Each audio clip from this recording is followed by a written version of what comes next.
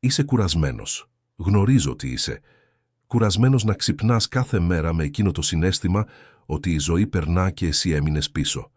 Κουρασμένος να κοιτάζεις τον καθρέφτη και να μην αναγνωρίζεις ποιος είναι εκεί. Κουρασμένος να χαμογελάς στους άλλους, ενώ μέσα σου όλα είναι μπλοκαρισμένα, βαριά, χωρίς κατεύθυνση. Και το χειρότερο, οι άνθρωποι γύρω σου ούτε που το υποψιάζονται. Η οικογένειά σου νομίζει ότι όλα είναι καλά. Οι φίλοι σου νομίζουν ότι είσαι σταθερός. Αλλά εσύ ξέρεις ότι κάτι δεν πάει καλά. Κάτι λείπει. Κάτι που πρέπει να αλλάξει. Και θα σου πω τώρα, χωρίς περιστροφές, αυτό το βίντεο θα σου δείξει ακριβώς τι σου συμβαίνει. Γιατί συμβαίνει και, το σημαντικότερο, πώς ο Θεός άρχισε ήδη να κινεί τα κομμάτια για να ανατρέψει το παιχνίδι σου με έναν τρόπο που η οικογένειά σου δεν θα πιστεύει. Μείνε μαζί μου μέχρι το τέλος, γιατί η τρίτη αποκάλυψη που θα σου παραδώσω εδώ μπορεί να αλλάξει κυριολεκτικά την πορεία της ιστορίας σου από σήμερα. Πριν συνεχίσω, χρειάζομαι να καταλάβεις κάτι. Αυτό που θα μοιραστώ εδώ δεν είναι θεωρία. Δεν είναι κενή παρακίνηση. Δεν είναι εκείνη η γενική κουβέντα του «πίστεψε στον εαυτό σου». Αυτό εδώ είναι ένας χάρτης.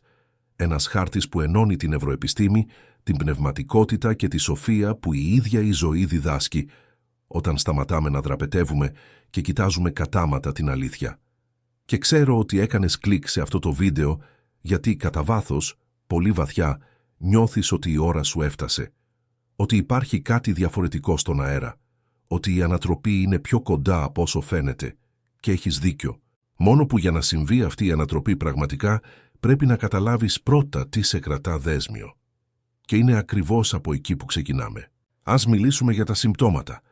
Διότι πριν θεραπεύσουμε οτιδήποτε, πρέπει να ονομάσουμε αυτό που νιώθουμε και στοιχηματίζω ότι θα ταυτιστείς με τουλάχιστον 3 από τα σημάδια που θα περιγράψω τώρα. Πρώτο σύμπτωμα.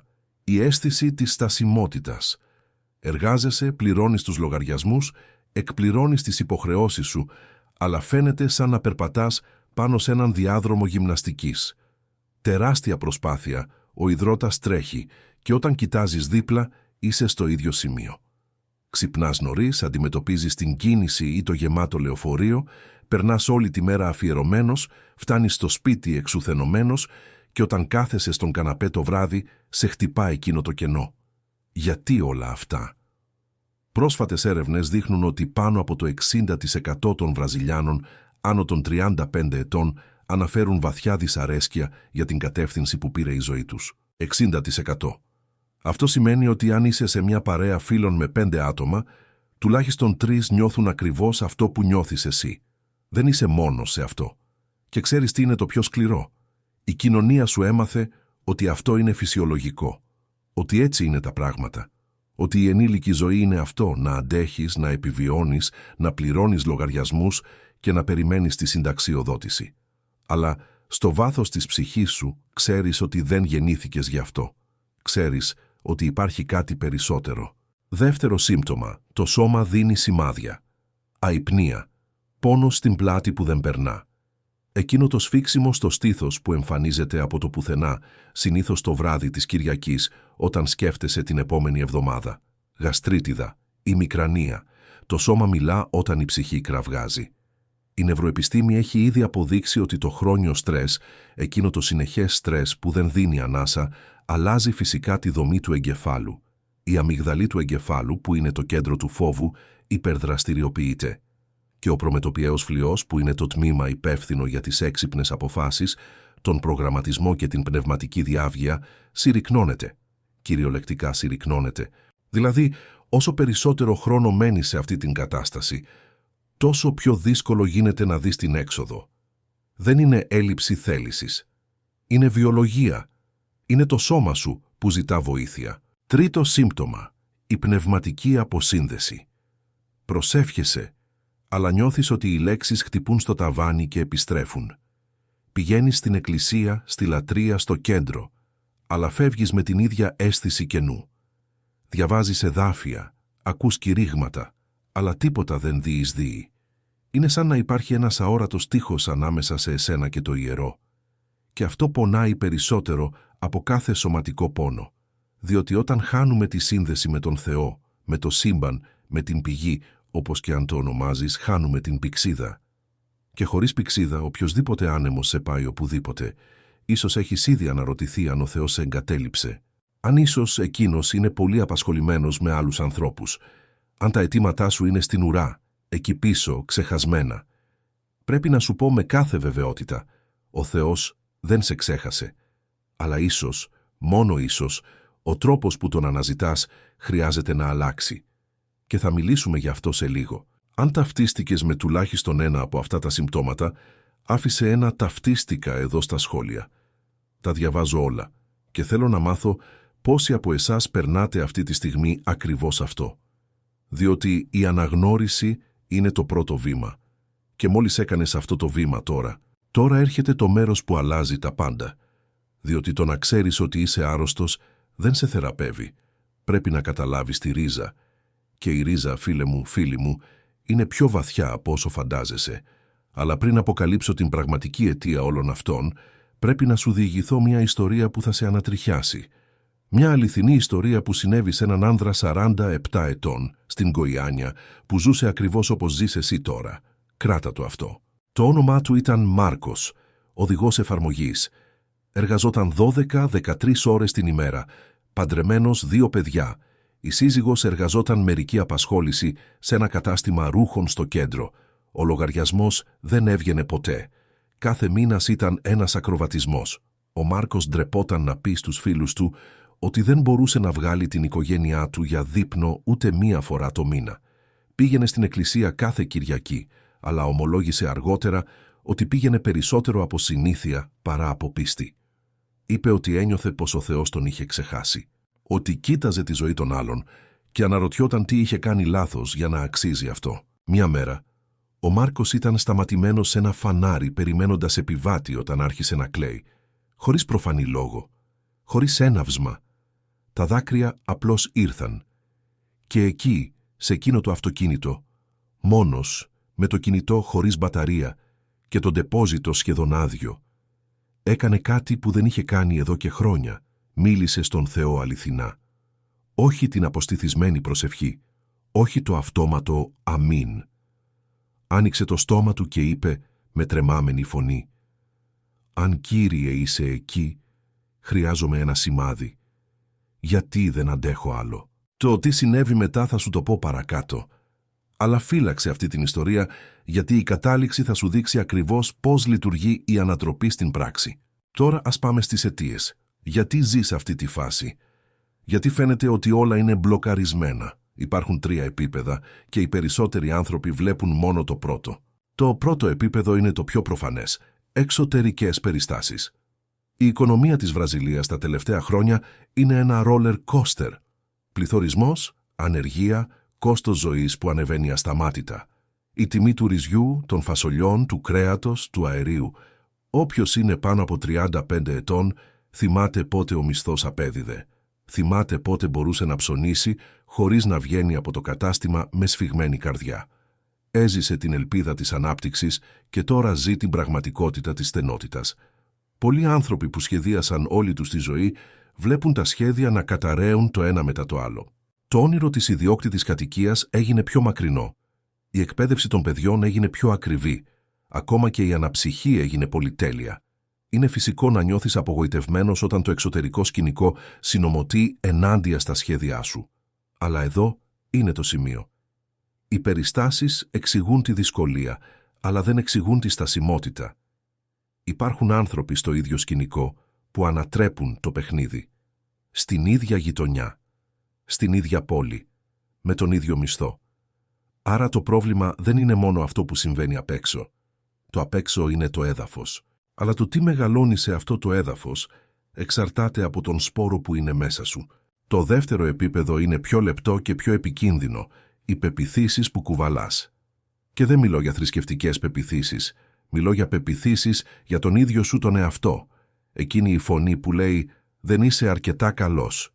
Εκείνη η αίσθηση ότι άνθρωποι σαν εμένα δεν τα καταφέρνουν. Εκείνος ο ασυνείδητος φόβος ότι αν προσπαθήσεις και αποτύχεις, θα αποδείξεις ότι πραγματικά δεν αξίζεις. Η ψυχολογία το ονομάζει αυτό περιοριστικές πεποιθήσεις. Η νευροεπιστήμη δείχνει ότι αυτές οι πεποιθήσεις Κυριολεκτικά δημιουργούν νευρονικά κυκλώματα που ενισχύονται με κάθε επανάληψη. Κάθε φορά που σκέφτεσαι «δεν μπορώ», αυτό το νευρονικό μονοπάτι γίνεται πιο δυνατό, πιο αυτόματο, πιο πραγματικό. Είσαι παγιδευμένος σε ένα νοητικό πρόγραμμα που δεν το έγραψες καν εσύ. Ήταν η παιδική σου ηλικία. Ήταν τα λόγια του πατέρα σου που είπε ότι δεν θα γίνεις τίποτα. Ήταν η δασκάλα που σε ταπείνωσε μπροστά στην τάξη. Ήταν η πρώην που είπε ότι δεν θα άλλαζες ποτέ. Αυτά τα προγράμματα τρέχουν στο παρασκήνιο 24 ώρες το 24ωρο, σαμποτάροντας κάθε προσπάθεια προόδου. Αλλά υπάρχει ένα τρίτο επίπεδο. Και αυτό είναι το πιο ισχυρό απ' όλα. Αυτό είναι το πνευματικό επίπεδο. Και εδώ είναι που τα πράγματα γίνονται σοβαρά. Από πνευματική σκοπιά, αυτό που ζεις έχει ένα όνομα, προετοιμασία. Ναι, προετοιμασία.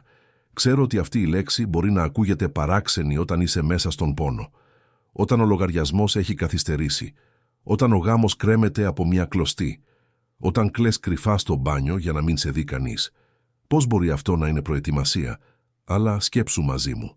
Κάθε μεγάλη ανατροπή στη βίβλο, σε ιερά κείμενα διαφόρων παραδόσεων, στην ιστορία κάθε ανθρώπου που πέρασε από μια πραγματική μεταμόρφωση, προηγήθηκε από μια περίοδο ερήμου.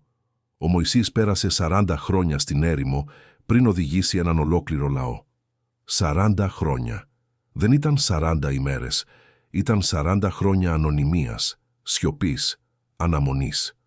Ο Ιωσήφ ρίχτηκε σε ένα πηγάδι από τα ίδια του τα αδέλφια, πουλήθηκε ως σκλάβος και φυλακίστηκε άδικα πριν γίνει κυβερνήτης της Αιγύπτου. Ο Δαβίδ έβοσκε πρόβατα, ξεχασμένος από την ίδια του την οικογένεια, θεωρούμενος ασήμαντος πριν Χριστί βασιλιάς. Ακόμα και ο Ιησούς πέρασε 40 ημέρες στην έρημο πριν ξεκινήσει τη δημόσια διακονία του. Αντιλαμβάνεσαι το μοτίβο. Η έρημος δεν είναι τιμωρία, η έρημος είναι προετοιμασία. Και αν είσαι στην έρημο τώρα, είναι γιατί ο Θεός σε προετοιμάζει για κάτι που ακόμα δεν μπορείς να δεις. Ο πόνος που νιώθεις δεν είναι το τέλος της ιστορίας. Είναι το κεφάλαιο που έρχεται πριν από την ανατροπή. Και η ανατροπή όταν έρχεται είναι τόσο ισχυρή που οι άνθρωποι γύρω σου δεν θα έχουν άλλη αντίδραση παρά μόνο κατάπληξη. Αν αυτό το περιεχόμενο έχει νόημα για εσένα, πάτησε το κουμπί «Μου αρέσει τώρα». Αυτή η απλή κίνηση βοηθά αυτό το βίντεο να φτάσει σε περισσότερους ανθρώπους που χρειάζεται να το ακούσουν.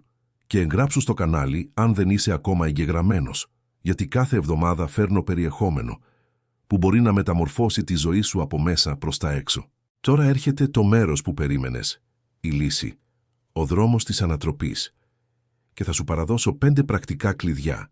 Δεν είναι θεωρία, είναι βήματα που μπορείς να αρχίσεις να εφαρμόζεις σήμερα. Τώρα, αυτή ακριβώς τη στιγμή. Πρώτο κλειδί, η συνειδητή απόφαση. Όλα ξεκινούν με μία απόφαση, όχι μια συναισθηματική απόφαση, από εκείνες που παίρνουμε πάνω στην ένταση της στιγμής και ξεχνάμε τη Δευτέρα. Μια συνειδητή απόφαση, σκόπιμη, βαρισίμαντη. Η νευροεπιστήμη το ονομάζει αυτό κατευθυνόμενη πρόθεση. Όταν παίρνεις μια αληθινή απόφαση, ο εγκέφαλός σου αναδιοργανώνει τις προτεραιότητες. Το ανιόν δικτυωτό σύστημα ενεργοποίησης, που είναι βασικά το φίλτρο του εγκεφάλου σου που αποφασίζει σε τι θα δώσει προσοχή, αρχίζει να αναζητά ευκαιρίες ευθυγραμμισμένες με την απόφασή σου. Ξέρεις πότε αποφασίζεις να αγοράσεις ένα αυτοκίνητο και ξαφνικά αρχίζεις να βλέπεις εκείνο το αυτοκίνητο παντού. Είναι η ίδια αρχή. Όταν αποφασίζεις να αλλάξεις πραγματικά, το σύμπαν αρχίζει να σου δείχνει πόρτες που ήταν πάντα εκεί, αλλά που εσύ δεν έβλεπες. Η πνευματική απόφαση είναι ακόμα πιο ισχυρή. Όταν δηλώνεις ενώπιον του Θεού ότι είσαι έτοιμος να αλλάξεις, κάτι κινείται στο αόρατο επίπεδο. Δεν είναι μαγεία, είναι συμμαχία. Είναι ένα ιερό σύμφωνο ανάμεσα σε εσένα και τον Δημιουργό. Εδώ είμαι έτοιμος, χρησιμοποίησέ με. Αυτή η απλή δήλωση γεμάτη ειλικρίνεια ενεργοποιεί μια διαδικασία που υπερβαίνει κάθε λογική εξήγηση. Δεύτερο κλειδί, ο εσωτερικός καθαρισμός. Δεν βάζεις νέο κρασί σε παλιά ασκιά. Αυτή η σοφία έχει χιλιάδες χρόνια και ισχύει σήμερα περισσότερο από ποτέ. Πριν λάβεις το νέο, πρέπει να αδειάσεις το παλιό. Και τι είναι το παλιό? Είναι οι μνησικακίες που κουβαλάς. Είναι η πικρία για εκείνον τον συγγενή που σε πρόδωσε. Είναι ο θυμός για εκείνον τον συνεργάτη που σε εξαπάτησε. Είναι η ενοχή για λάθος αποφάσεις που πήρες πριν από 10-20 χρόνια. Η επιστήμη της συγχώρεσης, και ναι, υπάρχει επιστήμη γι' αυτό, δείχνει ότι η πράξη της συγχώρεσης μειώνει τα επίπεδα της κορτιζόλης, της ορμόνης του στρες, βελτιώνει την αρτηριακή πίεση, ενισχύει το ανοσοποιητικό σύστημα και, άκουσον, αυξάνει τη δραστηριότητα στον προμετωπιαίο φλοιό. Θυμάσαι που είπα ότι το χρόνιο στρες συρρυκνώνει αυτή την περιοχή. Η συγχώρεση κάνει την αντίστροφη διαδρομή. Κυριολεκτικά αναδομεί το τμήμα του εγκεφάλου σου που είναι υπεύθυνο για τη διάβγεια, την απόφαση και την ελπίδα. Αλλά ξέρω ότι το να συγχωρείς είναι δύσκολο, κυρίως όταν η πληγή ήταν βαθιά.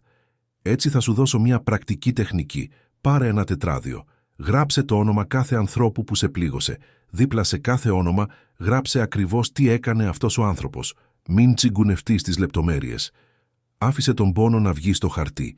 Μετά, κάτω από κάθε όνομα, γράψε την εξής φράση: «Επιλέγω να σε ελευθερώσω. Όχι γιατί το αξίζεις, αλλά γιατί εγώ αξίζω να είμαι ελεύθερος». Και μετά, προσευχήσου. Προσευχήσου ζητώντας από τον Θεό να ολοκληρώσει το έργο που η θέλησή σου ξεκίνησε, διότι η πλήρη συγχώρεση είναι μια διαδικασία.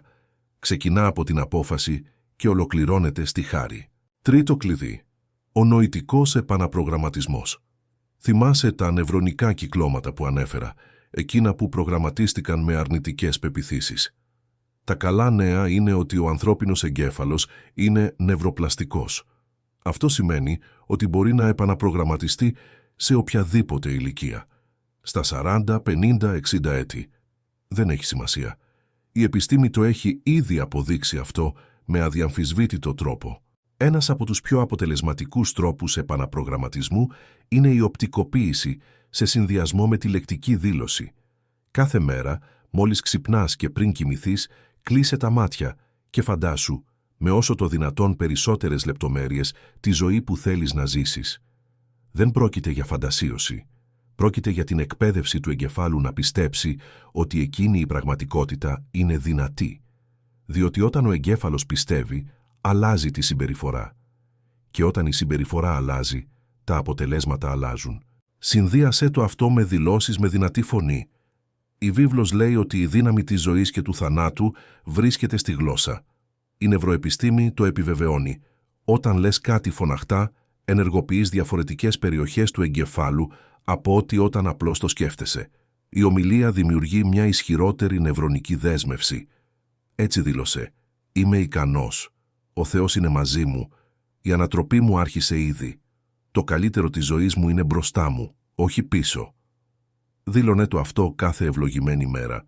Στην αρχή θα φαίνεται παράξενο, θα φαίνεται εκβιασμένο, αλλά σε λίγες εβδομάδες κάτι θα αρχίσει να αλλάζει μέσα σου. Και όταν αλλάζει μέσα, αλλάζει έξω. Τέταρτο κλειδί. Η ατελής δράση. Αυτό είναι ίσως το πιο σημαντικό απ' όλα. Διότι οι περισσότεροι άνθρωποι μένουν παγιδευμένοι στη φάση της προετοιμασίας για πάντα. Μένουν να διαβάζουν βιβλία, να βλέπουν βίντεο, να κάνουν σεμινάρια, περιμένοντας την τέλεια στιγμή. Και η τέλεια στιγμή δεν έρχεται ποτέ. Ποτέ. Περιμένεις να έχεις αρκετά χρήματα, αρκετό χρόνο, αρκετή γνώση, αρκετή αυτοπεποίθηση. Και όσο περιμένεις, η ζωή περνά. Η ανατροπή συμβαίνει στη δράση. Και η δράση δεν χρειάζεται να είναι τέλεια. Χρειάζεται να είναι πραγματική. Ξεκίνα. Ξεκίνα μικρά, ξεκίνα λάθος, ξεκίνα με φόβο. Αλλά ξεκίνα, θέλεις να ανοίξεις μια επιχείρηση. Ξεκίνα πουλώντας κάτι αύριο. Έστω και στην ομάδα WhatsApp της οικογένειας. Θέλεις να αλλάξεις καριέρα, κάνε μια έρευνα απόψε. Δες ένα βίντεο για τον τομέα που σε ενδιαφέρει. Στείλε ένα μήνυμα σε κάποιον που εργάζεται ήδη σε αυτό. Θέλεις να βελτιώσεις τον γάμο σου. Φτάσε στο σπίτι σήμερα και πες κάτι που δεν έχεις πει εδώ και μήνες. Κοίτα στα μάτια τη σύζυγό σου και πες: «Σ' αγαπώ, συγγνώμη για την απόσταση, θέλω να προσπαθήσω ξανά». Η ατελής δράση παράγει κίνηση και η κίνηση παράγει περισσότερη κίνηση. Η φυσική το ονομάζει αδράνεια. Ένα αντικείμενο ακίνητο τείνει να παραμένει ακίνητο, αλλά ένα αντικείμενο σε κίνηση τείνει να συνεχίζει να κινείται. Έτσι θέσε τον εαυτό σου σε κίνηση. Ο Θεός τιμά το βήμα, όχι την τελειότητα του βήματος. Δεν περιμένει από εσένα να τα έχεις όλα λυμμένα. Περιμένει από εσένα να κάνεις το πρώτο βήμα. Και όταν το κάνεις, εκείνος κάνει τον δρόμο να εμφανιστεί κάτω από τα πόδια σου. Ο Πέτρος περπάτησε πάνω στα ύδατα, όχι γιατί ήταν τέλειος, αλλά γιατί κατέβηκε από τη βάρκα. Και ο Θεός σου ζητά το ίδιο πράγμα τώρα. Κατέβα από τη βάρκα. Πέμπτο κλειδί. Η κοινότητα της ανατροπής. Δεν φτιάχτηκες για να ανατρέψεις το παιχνίδι μόνος σου. Και αυτή είναι μια αλήθεια στην οποία η βραζιλιάνικη υπερηφάνεια αντιστέκεται να αποδεχτεί.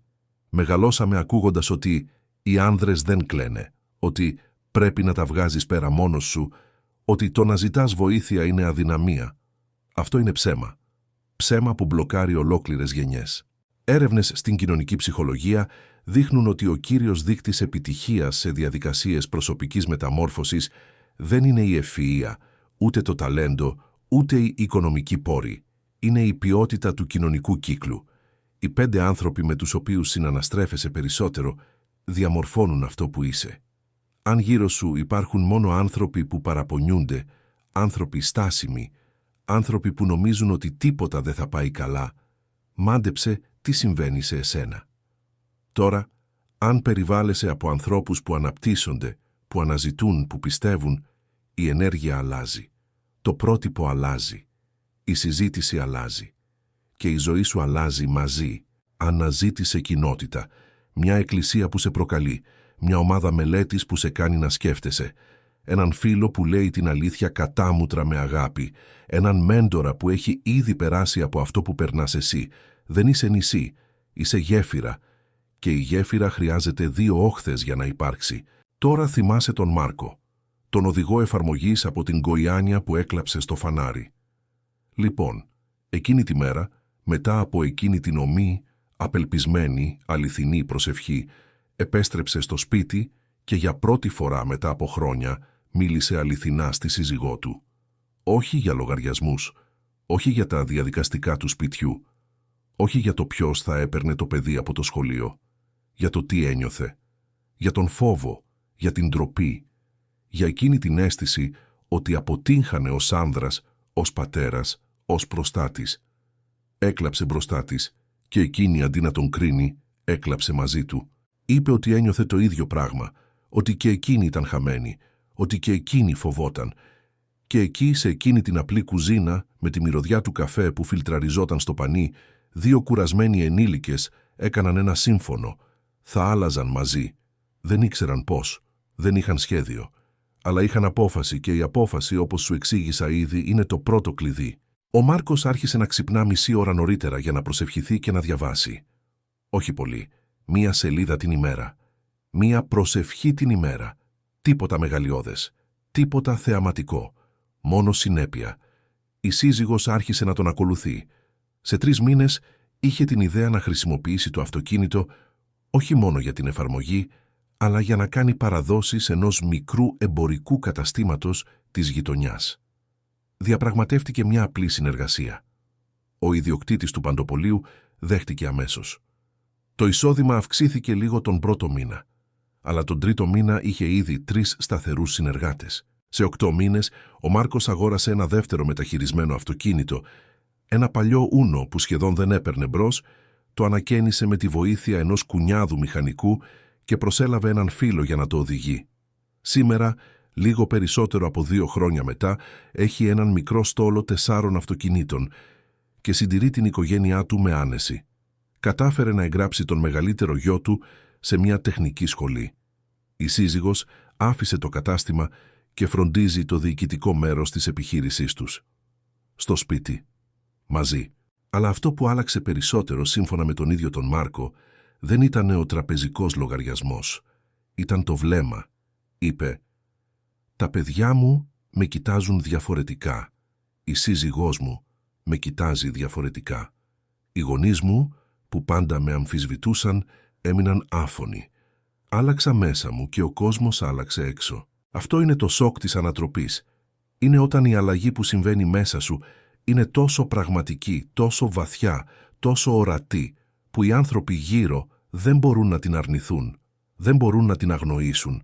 Η οικογένειά σου, εκείνη η ίδια οικογένεια που ίσως σήμερα σε κοιτάζει με ήκτο ή με δυσπιστία ή με ανησυχία, θα σε κοιτάζει με θαυμασμό, με κατάπληξη, με υπερηφάνεια.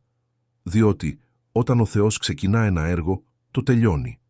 Και εκείνος ξεκινά αυτό το έργο σε εσένα τώρα. Αυτή τη στιγμή.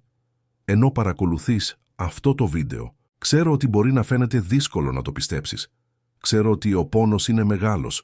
Ξέρω ότι η κούραση βαραίνει, αλλά χρειάζομαι να το ακούσεις αυτό με προσοχή. Η μεγαλύτερη απόδειξη ότι η ανατροπή είναι κοντά είναι ακριβώς το μέγεθος της πίεσης που νιώθεις. Το διαμάντι σχηματίζεται μόνο υπό ακραία πίεση. Ο χρυσός καθαρίζεται μόνο στην πιο καυτή φωτιά. Και η ιστορία σου, η πραγματική σου ιστορία, δεν είναι εκείνη της αποτυχίας. Δεν είναι εκείνη της ήττας. Δεν είναι εκείνη της στασιμότητας. Η πραγματική σου ιστορία είναι εκείνη της ανατροπής που κανείς δεν περίμενε. Θέλω να κάνεις κάτι τώρα. Σταμάτα για ένα δευτερόλεπτο.